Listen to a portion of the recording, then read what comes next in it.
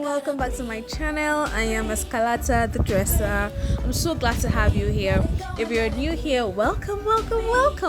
Kindly do well to subscribe to my channel, hit the notification button so you get to be notified anytime I upload a new video. So we're going to be learning in this video how to make the skirt part of this beautiful gown here. If you want to learn the upper part, just let me know in the comment section. First of all, I'm going to be folding my fabric in two like you see me do here. This is me folding the front part of my fabric, right, for the front part of my skirt. Alright, so I was just checking to be sure that everything was going to be fine on it. The next thing you're going to go ahead to do is to place your horizontal measurement. So for me, I took my waist to my knee to be 10 inches, basically because this skirt part started on my upper on my high waist. Yes, so I took it 10 rather than 8 or 9. Alright, so you can go ahead and measure it on your body and the same as your client's body, just to be sure that you're on the right track. The next thing I'm going to go ahead and do is also to insert my waist to knee measurement. So after that, the next thing you want to go ahead and do is to insert your measurement, like your round measurement. So I know that in the beginners class we learned that we should divide our hip measurements by 4 and just place it there, but here is going to be a bit different. So first of all, you're going to divide your hip measurements by 2. Now after dividing by 2 for the front, you're now going to subtract 1. So for me, my hip measurement for the front is my hip measurement is 43 inches. Divide that by 2, that's going to give you 21.5, right? Then for me to be able to place my front hip measurement, I am going to subtract 1 from that.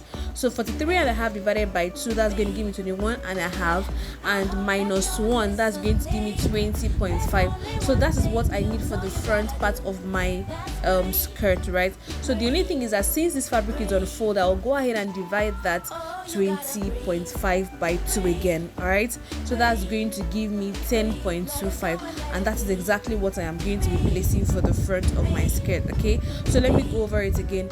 Your hip measurement divided by 2, all right, minus 1, that is going to be for the front. So when you've got that, you go ahead and divide it by 2 again just to place it on full. So here I made a mistake because after I had drafted this, I added my seam allowance, but I mistakenly cut back on the actual hip measurement rather than on the seam allowance. So here I was just trying to repair that just to be able to connect it back, so that by the time I am sewing this together, I'm not going to have my skirt shorter than it normally should have been. Sorry, yeah, not shorter but smaller than it should have been. So that is it for that. Now for the back measurement, I'm going to be placing this on the back as well to measure. Now for the back, remember that we first of all divided our hip measurement by 2. So for the back now, after you've divided your hip measurement by 2, remember that one that we took out from the front, right? We are going to add it to the back. So your hip measurement for the back is going to be your hip measurement divided by 2. So in my case, I had 43 inches, so 43 divided by 2 is going to give me 21.5. all right, so now 21.5, I am now going to add plus 1. Remember I took out 1 from the front, so now I'm going to be adding that 1 to the back, so that's going to give me 22.5 for the back. All right, so that's for the back on open. But since I am also going to be cutting the back on fold, that is going to give me divided by 2 11.25. So now I am going to start measuring my hip. On this, where you see me place my tape is my actual hip measurement. All right, the actual hip measurement, not the seam allowance, the actual hip measurement here, that's my 10.25 mark. So from that 10.25, I'm just going to extend my measuring tape right onto where I have 11.25 on the back. Now you see that before I went ahead to do this, I just extended the waistline to the back pattern as well, the hip line, the knee line as well, right? So what I did was I first of all extended the lines. So now this is me placing this mark on the hip line for the back. All right, now on the back, as you see me do here, you should have at least 4 to 5 inches extra, right? You know, we always have the zipper allowance. You're going to make it at least 4 or 5 inches, because by the time we have extended this, like you see me do here, from this part of my hip in front to the back, I have 11.25, so there is an extension there. All right, so after this extension, we will still now have our our zipper allowance, which is what you can see me measuring out at this point here. Okay, so after measuring this, the next thing to do is just go ahead and contour the bust. So this extension of the back hip measurement and the reduction of the front hip measurement is what is called the contour. Okay, some people call it the hip reduction method, but it's really not the name. It's called the hip and butt contouring. That's how I learned it to be called. Okay, so if you've watched up to this point, and I'm so excited you're still here with me. If you have not yet subscribed to my channel, kindly do so. Subscribe to my channel, hit the notification button so that whenever I upload a new video you get to see it first. And please, if this video is helpful to you, kindly do well to click on the like button. Give me your feedback. Let me know what you think about this video. What should I do better? What should I do differently about this video? Okay, so that being said, we're going to continue right ahead to draft our skirts. So after this, I am just trying to align, make sure that everything is laying properly as it's supposed to do. All right, in this video, as you can see me do here now.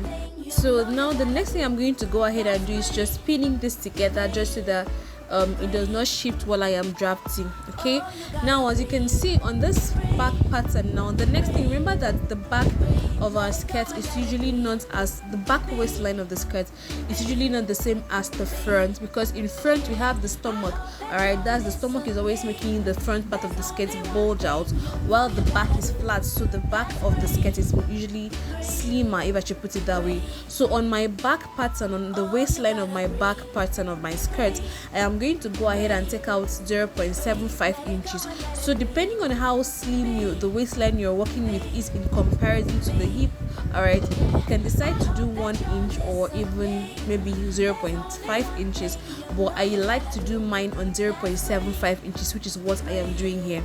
Now after doing that, I'm just going to connect a curved line from the waistline, the new waistline actually, to the hip part of my back, okay, which is from this new mark to that my 11.25 mark, as you can see me do here.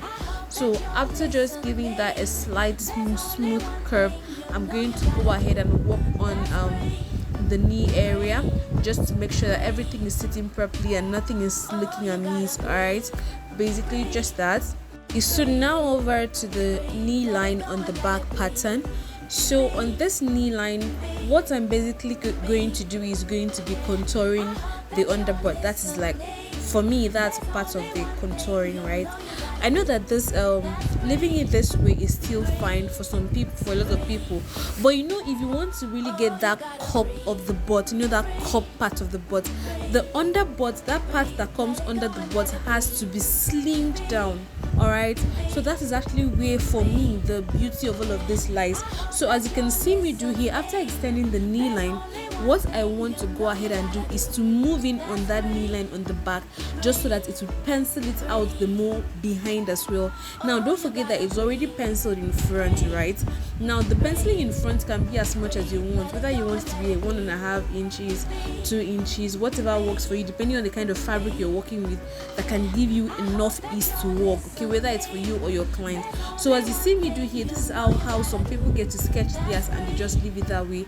Well, I don't have issues with that, but it doesn't work for me. All right, so what works better for me is to actually get to contour this under part, that's the knee line, to go in by some inches. So for me, I usually like to do 1 inch for stretchy fabrics and 0.75 or even 0.54 fabrics that do not stretch.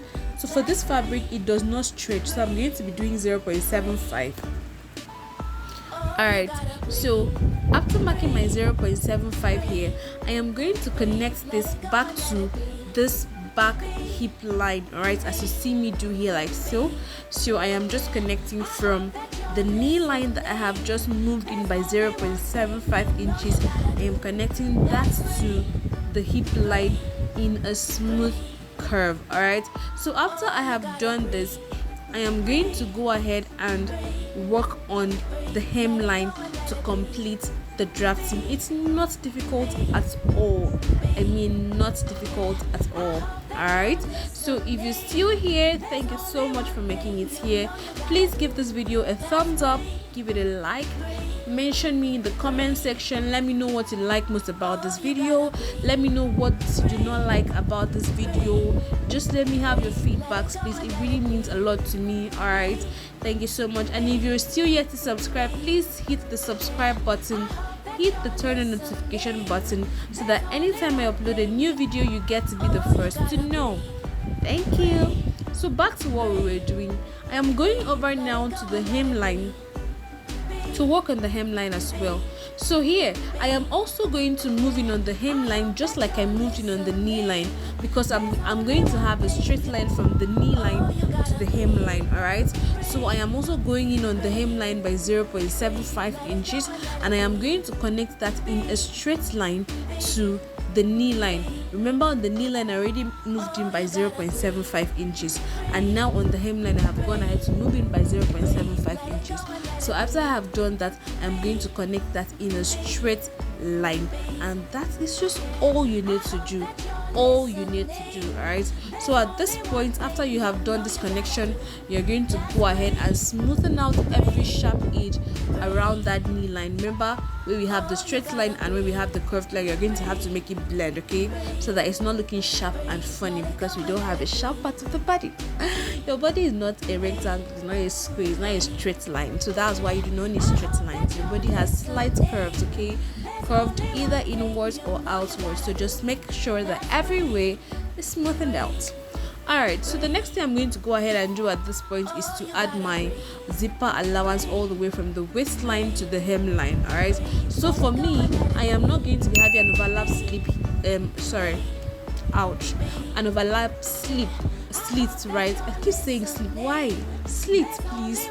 I'm not going to be having an overlapping slit on my skirt, okay? So I'm just going to allow the 1.5 inches all the way down to the hemline, and I'm going to sew that out, okay, or hem it out with a hemming gum, something like that. So this is me just adding 1.5 inches all the way to the hemline, and I'm going to connect that in a straight line, not like straight line, I'm going to connect all the lines together, and that is done. That's basically all we need to do. Then we'll go ahead and cut this out to sew our skirts. Before we go ahead and cut this out, you want to make sure that you have labeled the back pattern, right? Because you see the back is almost like the front, all right, because of the hip extension. So for me, I like to just pin down mine so that I do not mix it up. I do not mistake the back for the front. All right, that's the center back for the center. No, I do not mistake the center back for the side back. Sorry, I'm even confused. Alright, so that's just what I do. So for me, I just pin that like you see me do there, so that it does not get to confuse me. Alright, so after cutting this out, you're just going to go ahead and sew this as your basic skirt, like how you sew your skirts. First of all, you take in your darts on the waistline. All right, you know that when you're drafting your skirt, if it's not stretchy, you are going to add your dart allowances. So you take out your darts on the waistline. After taking out your darts, you just go ahead and sew your dress. And here, this is my outcome. Can you see how the butt looks like? Can you see how it is copying the butt of my butt? Alright, so that's that for the video. Kindly give this video a like, and let me know what you think about this video in the comment section. If you found this helpful, kindly share to others. Don't forget to subscribe. See you in my next video. I love you.